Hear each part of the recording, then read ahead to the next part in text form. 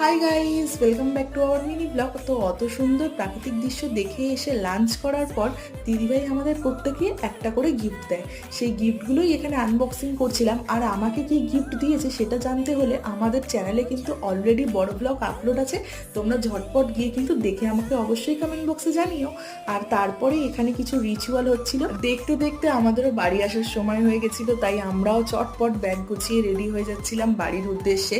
আর এখানে বাবাই আমাকে অনেকটা হেল্প করেছে ব্যাগ গোছাতে। সত্যি বলতে বাড়ি আসতে তো ইচ্ছা করছিল না, সবার সাথে হাসি গল্প আড্ডা করতে করতে কখন যে সময় কেটে গেল নিজেই বুঝে উঠতে পারলাম না। তারপর ওখান থেকে চলে আসি টোটো করে সোজা স্টেশন।